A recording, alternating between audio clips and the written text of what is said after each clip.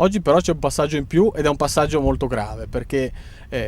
dopo i 21 giorni di arresti domiciliari, dopo essere stato esiliato, i miei legali avevano chiesto di poter ritornare libero, di poter tornare alla vita normale, grazie a una novità importante che era stata introdotta dal comune in questi mesi, cioè il fatto che tutti i bandi futuri d'ora in avanti saranno gestiti dalla provincia per conto del comune, quindi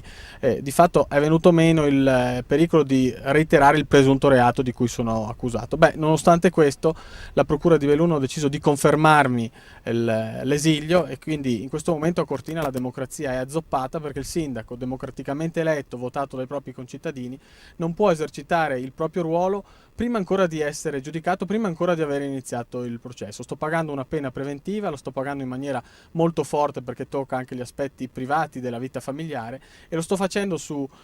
un'accusa assolutamente infondata che però potrò dimostrare solo all'interno del processo che ancora non so quando potrà iniziare.